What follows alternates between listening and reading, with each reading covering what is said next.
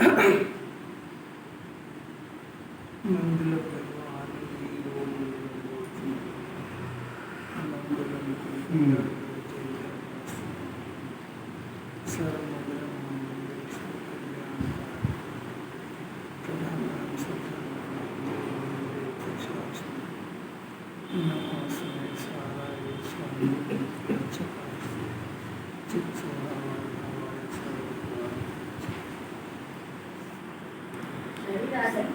एवं रागादि से भिन्न रूप जिसने आत्मा को जाना उसे परिसरों के ढेर जरा भी असर नहीं कर सकते। चैतन्य अपनी ज्ञात धारा से जरा भी विचलित नहीं होता। स्वरूप स्थिरता पूर्वक दो घड़ी स्वरूप में लीनता हो तो पूर्ण केवल ज्ञान प्रकट करे। जीवन मुक्त दशा हो और मोक्ष दशा हो। कितनी सारी बातें। पहला तो आत्मा कैसा है कि शरीर को राग से मिले। महामंत्र है। शरीर उज्ज्वल परमाणु का ढेर है। रागादि भाव आश्रय तत्व है। जीव ज्ञान तत्व है। जीव चेतन तत्व है। ये दोनों अचेतन है। अब यह तो वस्तु स्वरूप। अब खुला निमंत्रण, जो ऐसा जान ले, जो में अपनी गिनती कब आ जाए। है तो ऐसे ही, मानता उल्टा है। जो मान ले ऐसा और जान ले शरीर से और आँख से भिन्न, उसको परिचय के ढेर कितने ही आ जाए, अपनी गाथा आ गई।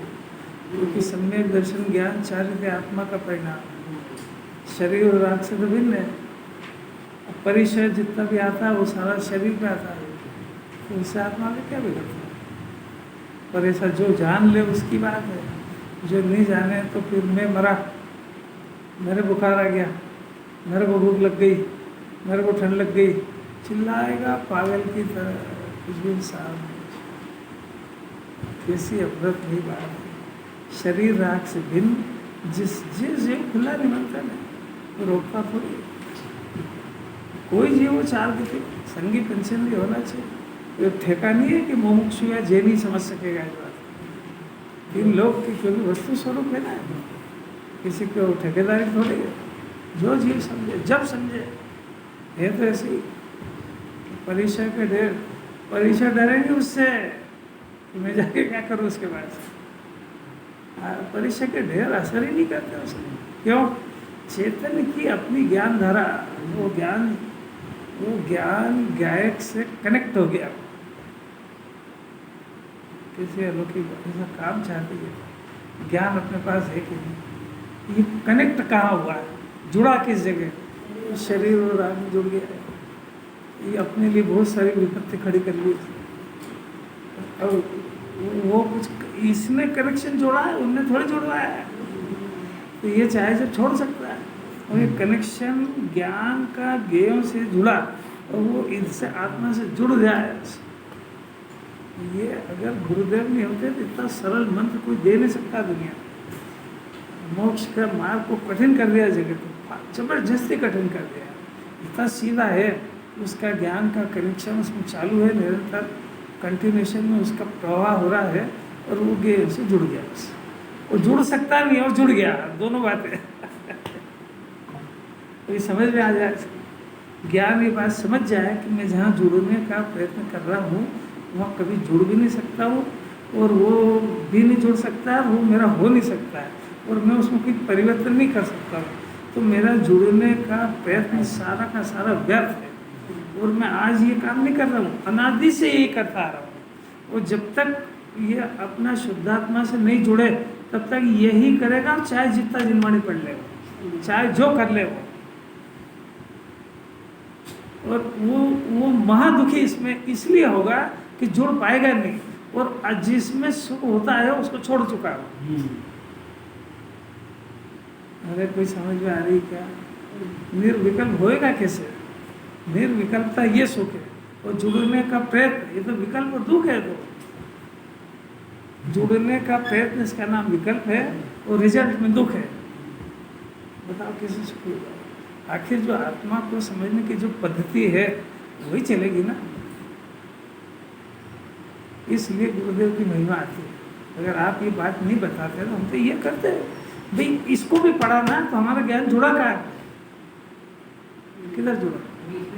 तो इसमें जुड़ा है ना, तो सुख स्वभाव को तो छोड़ चुका है। और ये कह रहा है कि हमारा से कनेक्शन तोड़ो, ये कह रहा है, और हम इससे जोड़ रहे हैं। तो वो दुनिया से तो हटे फिर यहाँ जुड़ गए। जो ये सिखा रहा है हमको कि भाई एक बार ये बंद कर दे, कनेक्शन हटा ले इससे। तो यही बात जिन्हें भगवान को देख के सीखने की, उनका ज्ञान का कनेक्शन किस पदार्थ से जुड़ा है, देखा कभी किससे जुड़ा है? अरे बाहर गए ही नहीं है। यहाँ किसी से जुड़ना छूटना चाहता नहीं है, और उनका तो कभी जुड़ते ही नहीं, जुड़ प्रश्न ही क्या जुड़ने का। कनेक्टिविटी के बारे में आप जो बोल रहे हैं ना, एक मैसेज आया था, मैं बता रहा हूँ। ईश्वर तो दिखाई नहीं देते, फिर विश्वास कैसे करूँ, या आत्मा कैसे दिखाई नहीं देती, ईश्वर कैसे विश्वास करूँ? सुंदर जवाब मिला कि श्रद्धा तो वाईफाई की तरह होती है। जैसे आपने बोला ना कनेक्टिविटी, श्रद्धा तो वाईफाई की तरह होती है, दिखाई तो नहीं देती, पर सही पासवर्ड डालो, सही पासवर्ड डालो तो कनेक्ट हो जाती है। सही बात आप जो बोल रहे थे ना, मेरे को एकदम याद आई। ये ऐसी बात है, ऐसी सही कनेक्शन करो। मोक्ष मार्ग अगर इतना सरल नहीं होता तो लाखों करोड़ जीव फिरते नहीं। ये अपन तो ज़्यादा बुद्धि हो गई ना, इसलिए उलझ गए वो। उसको ज़्यादा जरूरत का है। और महावीर भगवान का जीव शेर की पर्याय में बात समझ गया कि ये जो ये उपयोग है, ये शरीर में राग में जुड़ रहा है, हटा दे इसको। क्योंकि ये तो एक तो अजीब है और एक आश्चर्य है, और तू चेतन है, तो अपने उपयोग को अपने आत्मा में जोड़। वो कैसे समझ गया और अपन क्यों नहीं समझ पा रहे? प्रश्न ये है, क्योंकि अपने पास शेर से ज़्यादा बुद्धि है ना, इसलिए नहीं समझ पा रहे। और इसके लिए ज़्यादा ज्ञान की जरूरत नहीं है। कैसी अद्भुत बातें है, जरा मस्ती भरे मूड में सुनना चाहिए इसको, प्रसन्न चित्त से। सेरिडोन लगा के नहीं सुनना है इसको, अरे बहुत भारी है, अरे बहुत कठिन है, वो माथा भारी हो गया। इसको एकदम प्रसन्न चित्त से सुना हो।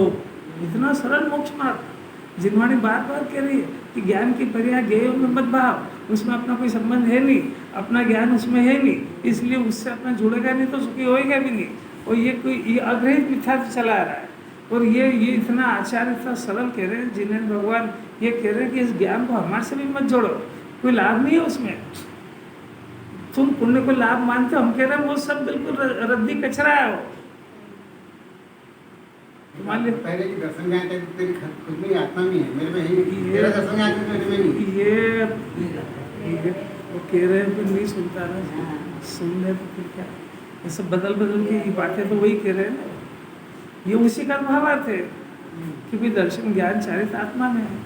कि अपना ज्ञान इधर जुड़ने के बजाय दर्शन ज्ञान चारित्र की खान में जुड़ने की बजाय ये उधर जुड़ रहा है, इसका नाम मिथ्या दर्शन ज्ञान चारित्र। और क्या है, असर नहीं कर सकते। चैतन्य अपनी ज्ञात धारा से जरा भी विचलित नहीं होता। मैंने जिसने ज्ञान स्वभाव को, जिस ज्ञान ने पकड़ लिया, अब वो ज्ञान उसको छोड़ते ही नहीं कि वो उसको बाहर शरीर में शियाल नहीं खा रही है, शरीर में रोग हो रहा है, वो सब उनके ज्ञान का गेय है। जैसा ये दीवार अपने ज्ञान की गेय है, ऐसा मुनिराज को शरीर में शियाल नहीं खा रही है, तो ऐसा ज्ञान का गेय है। उनकी ज्ञान धारा तो ज्ञान में जुड़ी हुई है। तीन कषाय के अभाव का अमृत रस पी रहे, सुन करके अनुमोदना भी करे तो धन्य हो जाएगा। इसका नाम है दिगंबर मुनिराज की अनुमोदना। इसी का नाम दिगंबर मुनिराज को मानना है। जो ऐसा स्वरूप नहीं जानता वो मुनिराज को नहीं मानता है। उसकी बुद्धि में जो कल्पित मुनि दशा है, जो आंखों से देखता है, सब बकवास है, जिन्हें भगवान का अंश भी नहीं उसमें।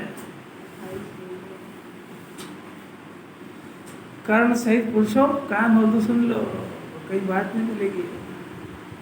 मिथ्या दर्शन का पोषण करके आएगा अगर चला गया, बहुत अद्भुत बात है। चैतन्य अपनी ज्ञात धारा से जरा भी विचलित होता ही नहीं भाई, बोले अजब गजब की बात है। ये ज्ञान, ये शुद्धात्मा का चिंतन करे, अंतर मुहूर्त अगर कर जाए, अंतर मुहूर्त इस शुद्धात्मा को अपने ज्ञान में बसा ले और एक बार निर्विकल्प होकर दिखा दे, तो अंतर्मुहूर्त में सम्यक दर्शन, ज्ञान, चारित्र तीनों का जन्म होता है। समझ में आया क्या बोला? ज्ञान ज्ञेय में भटक रहा है, वहाँ से हट करके अंतर्मुहूर्त, सिर्फ अंतर्मुहूर्त के लिए अगर शुद्धात्मा में जम जाए, अंतर्मुहूर्त जमेगा नहीं, अंतर्मुहूर्त विकल्प शुद्धात्मा के जो करण लब्धि के परिणाम है, अंतर्मुहूर्त में होता है सम्यक दर्शन। तो जो अंतर्मुहूर्त में करण लब्धि के परिणामों में आ जाए, यानी जो शुद्धात्मा के जो विकल्पात्मक चिंतन किया था इसने, वो अंतर्मुहूर्त रहे और उसका विषय शुद्धात्मा बन जाए और एक क्षण के लिए आत्मा में चला जाए, एक क्षण के लिए, एक समय, सिर्फ इतना मांग रही जिनवाणी, ज़्यादा टाइम नहीं मांग रही, एक समय के लिए वो चिंतन की धारा को छोड़ के शुद्धात्मा के दर्शन कर ले, इसका नाम सम्यक दर्शन ज्ञान चाहिए। और फिर जब ये कला सीख गया हो और उस शुद्धात्मा से जिसका एक बार भेटा हुआ है, वो अगर अंतर मुहूर्त तक वही आत्मा में रह जाए तो केवल ज्ञान हो जाता है, इसका नाम दो घड़ी है। कैसी अलौकिक बात है! केवल ज्ञान कितना सरल है, अपनी ढिठाई से आड़े टेढ़े ज़्यादा ज्ञान से अपने को लिए कठिन हो गया है। अपने खुद ने अपने अंदर समझा लिया, अभी तो क्या है, अभी तो ये करना पड़ेगा, ये करना पड़ेगा, ये अभी तो 5 परमागम पढ़ेंगे, सबके वो हाथ जोड़ेंगे, सब मंदिर जाएंगे। अरे कने क्या क्या इसने कल्पना कर ली अपने अंदर, जबरदस्ती शरीर मार्ग को कठिन कर लिया। एक क्षण के लिए आत्मदर्शन हो जाए, उसका नाम सम्यक दर्शन ज्ञान चालित तीनों है। और वो शुद्धात्मा, वो विराजमान गायक तत्व है, हूँ परमात्मा छूँ, ये नक्की हो गया। वो उपयोग बारंबार इधर शुद्धात्मा में जाने लगे तो मनी दशा हो जाती है। बारंबार बाहर जाएगा फिर जाएगा अंदर, क्या करे बाहर? वहाँ कोई अपना है नहीं और किसी में सुख है नहीं, करे क्या जाकर?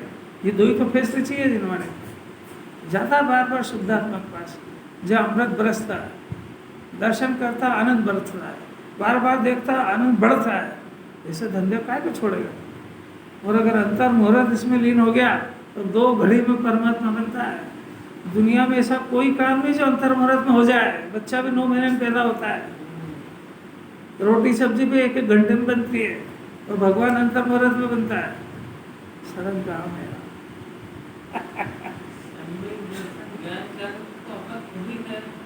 सम्यक दर्शन ज्ञान चरित्र की खान आत्मा है। हाँ, आत्मा मैंने मैं हूँ। शांति से सुनो जरा, मैं हूँ ये है वस्तु स्वरूप, ये है सिद्धांत। समझ में आया? अब ये कौन नहीं है कि हर जीव है। अब उसके बाद की परिस्थिति बदलती है कि इसके अंदर से ज्ञान, श्रद्धा और चारित्र तीनों के प्रोडक्शन होते हैं। वो सारे उल्टे हो रहे हैं, वो सारे उल्टे हो रहे हैं, यानी वो ज्ञान, श्रद्धा, चारित्र आत्मा का गुण है, वो तीनों आत्मा को स्वीकार नहीं करते। ये भी तो एक घटना है कि नहीं है? तो दोनों को स्वीकार करा रही जिनवाणी। इस दोनों में से एक भी स्वीकार नहीं करेगा तो मोक्ष मार्ग हाथ में नहीं आएगा, क्योंकि जो कारण है वही नहीं पता है तो कार्य कैसे होगा? वो जो कार्य उल्टा चल रहा है वही नहीं पता तो ये सीधा चलाने का प्रयत्न क्यों करेगा?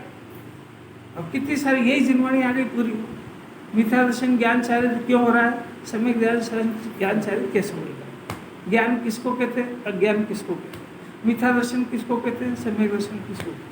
मिथ्या चारित्र क्या है? सम्यक चारित्र क्या है? ये आप सुनो और फिर अपने अंदर देखो, और देखो और फिर बदलो और सुधार करो। और किसी से पूछने की जरूरत नहीं, रिजल्ट आपके पास आएगा। आपका क्लेश मिटेगा, आपका दुख दूर होएगा, आपका टेम्परेचर डाउन, विकार निकलेगा।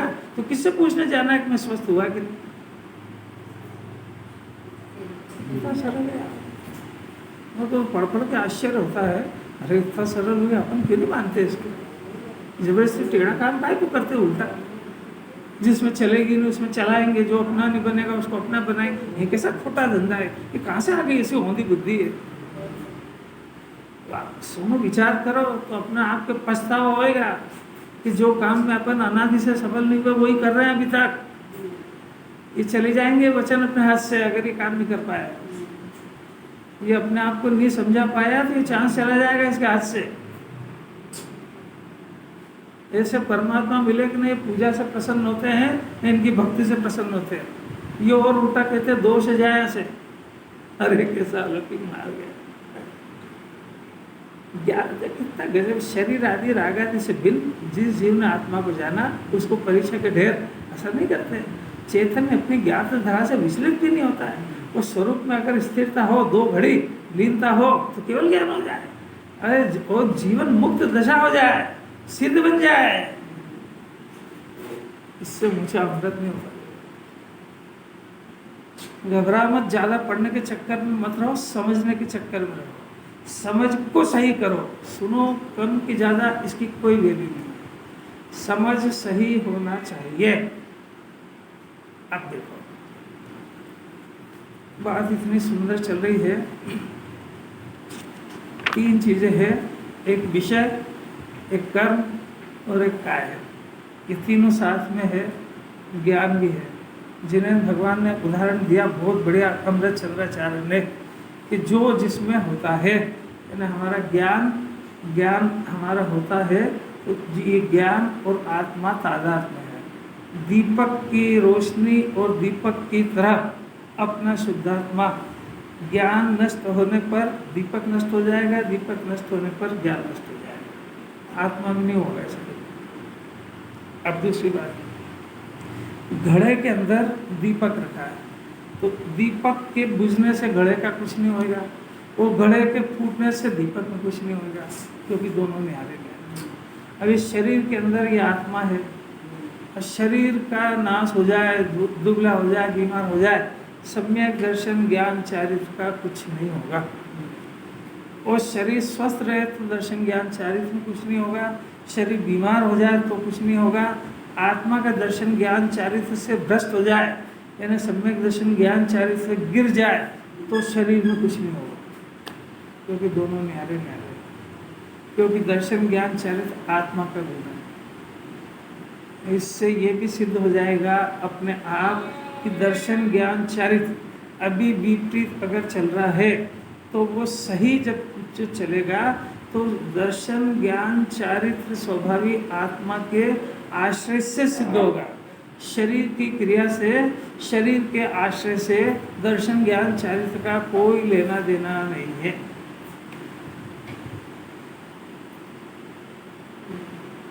हो गया, अनादिकाल चला गया। जिनवाणी पढ़ के एक 5 इंद्रिय के विषय में सुबुद्धि, ये तो इसने अपनी अकल से ही करी। जिनवाणी पढ़ के कर्म के उदय को सम्यक दर्शन ज्ञान चारित्र रोकने का कारण समझ लिया। शरीर से, शरीर की क्रिया से दर्शन ज्ञान चारित्र, तो शरीर की क्रिया से दर्शन ज्ञान चारित्र प्रकट करना का उद्देश्य ये भी नहीं है अभी तो। सिर्फ शरीर की क्रिया करो और भगवान बन जाएगा, धर्म हो जाएगा। दर्शन ज्ञान चारित्र होगा, ये तो है ही नहीं डिक्शनरी में। रत्नत्रय नाम तो सुना है कि नहीं? रत्नत्रय यही तो है, सम्यक दर्शन, सम्यक ज्ञान, सम्यक चारित्र। ये रत्नत्रय प्रकट होता है, ये रत्नत्रय प्रकट होता है और फिर रत्नत्रय की पूर्णता होती है, इसका नाम भगवान है। तो ये प्रकट होता है, पूर्णता होती है, कोई काम है कि नहीं है? रत्नत्रय की पूजा से रत्नत्रय प्रकट होगा कि नहीं? हमारे बुद्धिमान लोगों, तो पूजा करते रहो। अरे पूजा तो इसलिए करेंगे, रत्नत्रय होता क्या है? किसके प्रकट होता है? अब रत्नत्रय नया प्रकट होता है, अगर ऐसा मानते हो तो उसका कोई कारण होना चाहिए ना। पूजा आचार्य ने तो नहीं लिखा ऐसा, ना पूजा में लिखा है कि रत्नत्रय की पूजा से रत्नत्रय प्रकट होता है, लिखा है ऐसा? ये पता नहीं कहाँ से निकाल रहा है, ऐसा लिखा है कहीं? अरहत की पूजा से अरहत बनता है, ये कहाँ से निकाल रहा है? पूरी जिनवाणी में कहीं नहीं लिखा है। इस शरीर की क्रिया से सम्यक दर्शन होता है, शरीर की क्रिया से मुनि दशा होती है, तो शरीर की क्रिया से भगवान बनते हैं, ये लिखा कहीं नहीं है, क्योंकि वो आत्मा की अवस्था है। अगर सत्य सुनो बार बार तो इसका जो है विशुद्धि तो बहुत बढ़ेगी और वस्तु स्वरूप जम जाएगा इसके ज्ञान, तो कोई ठगाएगा नहीं। जितनी सोने की असली दुकान होती है ना, उससे ज़्यादा नकली होती है। जो चीज़ जितनी कीमती होती है उसका डुप्लीकेट प्रोडक्शन बहुत होता है, ऐसा मार्केट का नियम है। जो चीज़ महंगी है तो नकल बहुत मिलेगी उसकी,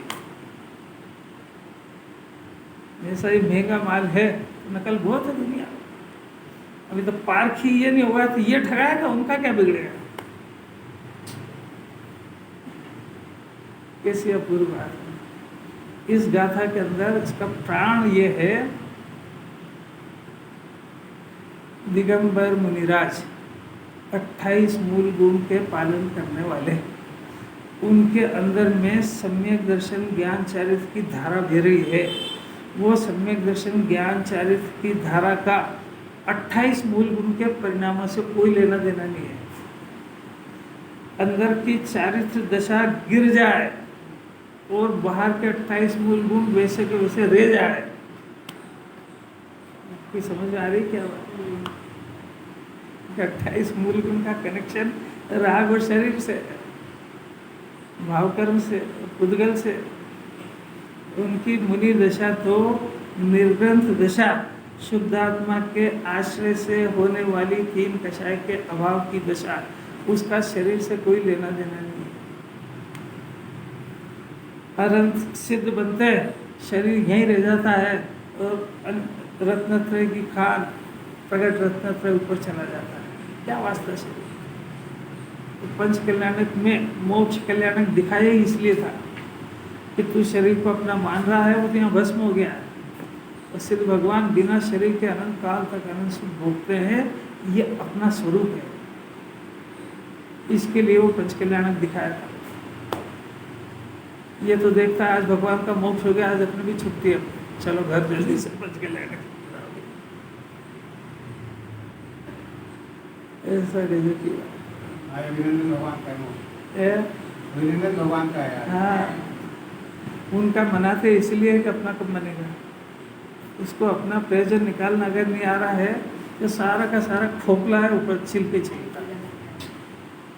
मनाओ ना उनका मनाना इसलिए है कि जीव है अभी और मोक्ष में है ना, अनंत सुखी है। तो अनंत सुखी है तो आप सब सोच लो, वो अनंत सुखी है तो आप सुखी हो कि दुखी हो? तो आपके दुख का कारण क्या, उनके अनंत सुख का कारण क्या है? और फिर हो मेरी ऐसी दशा जैसे तुम धारी है, ये परिणाम पैदा हो रहा है कि नहीं? क्या आप कार के चढ़ा के और जय जिन्हें घर जाएंगे, दुकान जाएंगे?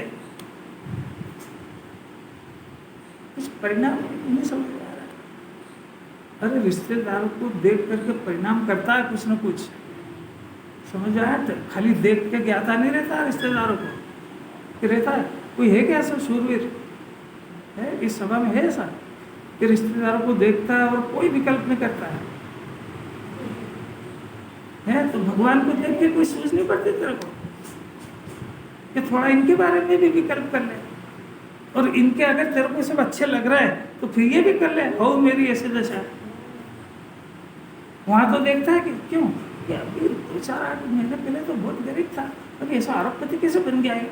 तो मेरे को भी विधि बताओ ना यार, मैं करोड़पति अरबपति बन जाऊँ। वहां तो ऐसी भावना भाई आता है, यहाँ क्या हो जाता है तेरी बुद्धि को?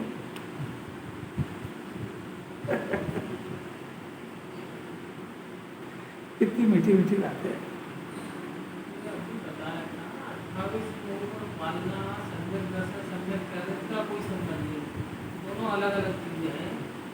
संबंध है, निमित्त नैमित्तिक संबंध है कि जैसा इसके अंदर जितनी शुद्धता प्रकट होगी वैसे वैसे बाहर उस जाति के परिणाम होंगे।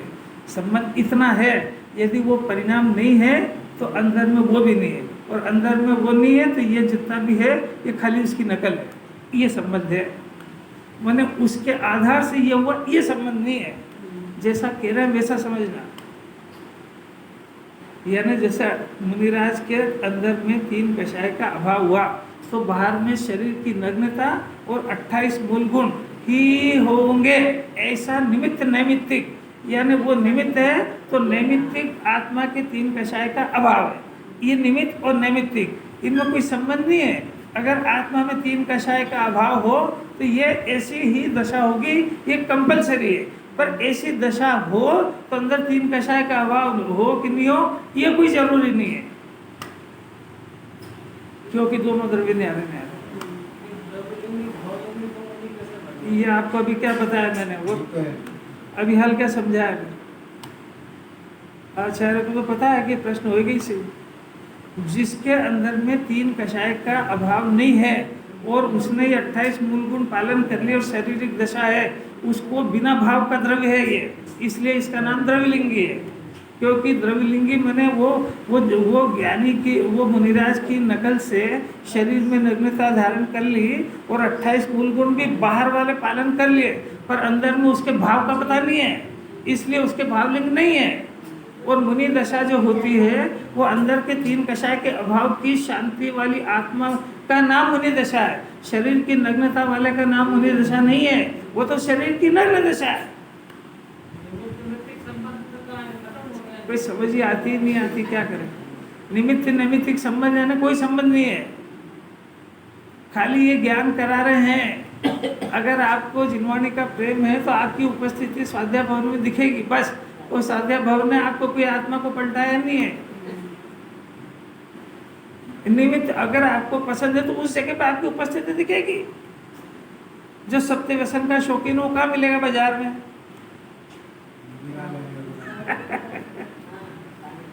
अपना बिगड़ा हुआ बच्चा कुसंगत में लग गया और उसको मद्यपान की आदत हो गई, अब वो घर से गायब है तो कहाँ मिलेगा? यह है निमित्त नैमित्तिक संबंध, कि उसका अंदर का परिणाम बताएगा कि वो वहां मिलेगा। आत्मा की रुचि वाला कहाँ मिलेगा? सुबह 8 सनों में। कैसी अलौकिक बात है। अब देखो, सुनो, आपका मूड में आ गया ना? अब देखो, इससे सिद्ध होता है 520 पेज ऊपर इस प्रकार आचार्य ने सिद्ध करा कि दर्शन ज्ञान चारित्र उद्गल द्रव्य में नहीं है। क्यों? क्योंकि यदि ऐसा न हो तो दर्शन ज्ञान चारित्र का घात होने पर उद्गल का भी घात हो जाएगा। किसी जीव का दर्शन ज्ञान चारित्र अंदर से गिर गया तो शरीर थोड़ी मरता है, शरीर तो रह जाता है। और पुद्गल द्रव्य का घात होने पर दर्शन ज्ञान चारित्र का घात अवश्य हो जाना चाहिए। माने अरस्पर परस्पर है, दर्शन ज्ञान चारित्र गिर जाएगा तो शरीर भी मर जाना चाहिए, शरीर मर जाए तो दर्शन ज्ञान चारित्र भी मर जाना चाहिए, और दर्शन ज्ञान चारित्र तो अगले जन्म ले जाता है और शरीर यही छूट जाता है। इसका मतलब है कि दोनों अलग अलग है। ऐसा होने से जीव के जो जितने गुण है वे सब पर द्रव्यों में नहीं है। कितना साफ होता है। जीव के गुण जीव में है, पुद्गल के पुद्गल में है। अब प्रश्न है कि जीव के गुण है तो सही, अब वो प्रकट कैसे हो? प्रकट मैंने कुछ तो प्रकट ही है, पर उस लक्षण से जीव जानता थोड़ी। ये तो जिनवाणी के लिए है कि जानना जीव का लक्षण है। ये तो अपने को जन्मना मरना खाना पीना ये लक्षण समझता है। कोई देखता है कि अपने की ये उपयोग से अपने आत्मा को ढूंढता है कि खाने पीने की चिंता में डूबा रहता है। समझ में आ रही? 2 बातें चल रही है, एक वस्तु स्वरूप की धारा और एक जो मान रहा है वो धारा। जीव के गुणों को स्वीकार करे बगैर उसका परिणमन हो सकता है कि नहीं? तो प्रश्न भी समझ में आ रहा है क्या? हाँ, चलता तो रहता है, परंतु वो ऐसे ही है जैसे आत्मा सुख की खान है और दुख में तड़प रहा है। आया समझ में? आया? जवाब तो बहुत सही है, पर मेरे प्रश्न का उत्तर नहीं आ रहा है। मैंने जो प्रश्न किया कि भी जीव के अनंत गुणों में जो पड़े हुए हैं, इसमें इसको जाने बगैर इसके गुण व्यक्त प्रकट हो सकते हैं कि नहीं? प्रश्न समझ में नहीं आ रहा है। कैसे होंगे? तो इसका अर्थ है कि इसकी निर्मलता को प्रकट करने के लिए इसको गुणों को जानना चाहिए। देखो, ये बौद्धिक ज्ञान तो बहुत कर लेता है, और मैं कह रहा हूँ घर पे जाके अपन कुछ प्रयत्न करते हैं कि अपने गुणों को समझने का, प्रकट करने का। तो फिर इस पढ़ाई का हुआ क्या आखिर? ये जितनी जिंदगी अभी ऐसी चलेगी ऐसी और चली जाएगी। नहीं आ रहा? मेरा प्रश्न भी समझ में आ रहा है कि नहीं आ रहा? रजनी मैडम आपको आया? अपन यहाँ से घर जाने के बाद यहाँ ये कला सिखाई थी कि तेरे पास तेरा गुण है, ज्ञान है, दर्शन है, चालीस, तो अपन इसकी बात कर रहे हैं। अब ये तो सब बहुत सारे, जैसे अस्तित्व गुण है, अब इसको स्वीकार नहीं करेगा तो निर्भय थोड़ी हो पाएगा। ये आज इसको भय बैठा हुआ, सातों भय, मैं मर जाऊंगा तो क्या, अचानक कुछ हो जाएगा तो इसको ये बताता है कि तेरे को तेरे अस्तित्व गुण का ठिकाना नहीं है, तू समझता भी नहीं, स्वीकार भी नहीं करता, इसलिए वो अस्तित्व गुण का परिणाम तेरे में कैसे आएगा? आ रहा है कि नहीं समझ में? वस्तु तो गुण है, तो प्रयोजनभूत कार्य हर कोई कर रहा है, फिर तो दुनिया भर के सबको भाषण देने की जरूरत क्या है? हर पदार्थ तो अपना अपना कार्य कर ही रहा है, प्रयोजनभूत कार्य तो करना, वो लेके ही आया है वो, फिर तू क्या कर रहा है और दिन भर?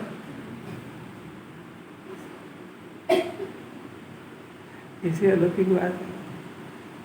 क्या कह रहे समझ में आ रहा है? ज्ञान गुण तो है, पर ये ज्ञान उल्टा चल रहा है तो सीधा हो सकता है कि नहीं? तो ज्ञान गुण को स्वीकार करेगा तो सीधा होएगा, उल्टे चलते वो उल्टे ही चलता देखेगा तो सीधा कैसे होएगा?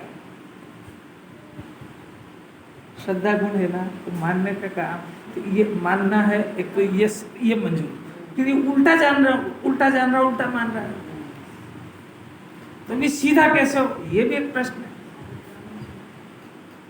मानना उल्टा है, सीधा मानना है, उसको एक्सरसाइज है। अब वो कहता है मैं शास्त्र पढ़ूंगा तो सीधा हो जाएगा, मैं पूजा करूंगा तो सीधा हो जाएगा, मैं भगवान की मानूंगा तो एक मान जा। गुणों का परिणाम किसी के आशीर्वाद से सीधा नहीं होता।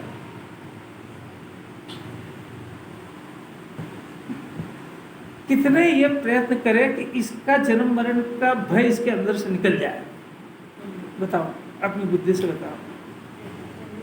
ये इसको डर तो लग रहा है ना, एक तो घर का कोई नहीं मर जाए और एक मैं नहीं मर जाऊँ, यही भय है ना 24 घंटे। अजब आप की तरह चलता है ये, अजब आप नहीं समझते। वो रोटी खाए कि सोए, ये जाप तो चलते ही उसको, क्या मरने दो, वो नहीं मर जा, वो नहीं मर जा। अब प्रश्न है कि ये डर है, ये रोग है, अब ये रोग जाएगा कैसे, ये प्रश्न है। शरीर रूप नहीं माने, ये नास्ती से जवाब हो, ये नास्ती। अब इस भय को निकालने के लिए पूजा करता है, इस भय को निकालने के लिए शास्त्र पढ़ता है, इस भय को निकालने के लिए यात्रा जाता है, इस भय को निकालने के लिए उपवास करता है। ये विधि नहीं है उसकी। आपको दो ही बात समझ में आ रही कि नहीं? रोग क्या है, इलाज क्या है, कारण क्या है? तो सीधी सी बात है, बहुत सरल तरीका है कि आत्मा के अंदर जिन्हें परमात्मा ने एक अस्तित्व नाम का गुण देखा, खाली आत्मा में ही नहीं, सभी पदार्थ में। तो सारे पदार्थ जितने जगत में है, चेतन और अचेतन, उनके अंदर अस्तित्व नाम का गुण उन्होंने देखा है, अपन ने नहीं देखा है। इसलिए अपने को तो उनकी वाणी के आधार से अपने अंदर उस अस्तित्व गुण को स्वीकार करो, और उसकी वजह से दुनिया के कोई भी पदार्थ नष्ट होते ही नहीं, उनका परिणमन होता है, उसकी पर्याय बदलती है, वो तो अनादि अनंत प्रवाह है उसका। ऐसा स्वीकार करें तो अब बोलो उसके मरने का भय है कि अपने मरने का भय? जो टेबलेट जिसकी है वही काम करेगी उसमें, और उससे ये भय जाएगा। ऐसी कैसी बातें हैं, मतलब नहीं है या इस भली भांति देखते मानते हैं, क्योंकि यदि ऐसा न हो तो वहाँ भी जीव के गुणों का घात होने पर उद्गल का घात, और उद्गल द्रव्य के घात होने पर जीव के गुणों का घात होना अनिवार्य हो जाएगा। अरे कैसी बात, ये मानता है कि मैं मर जाऊंगा या वो मर जाएगा, यदि ऐसा हो तो दुनिया में सबका अभाव हो जाएगा।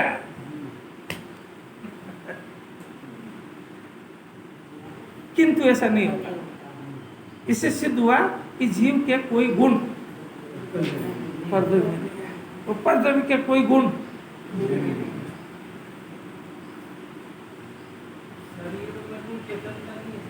है, वो ऐसा है नहीं। आप तो देख के बताओ कि चेतनता है क्या। इसमें यहाँ पे इसको कटे तो इसको दर्द होता है कि तो किसी और को दर्द होता है। अगर इसको होता है तो इसको जब जलाएं तो चिल्ला होना चाहिए वहां पे। अच्छा,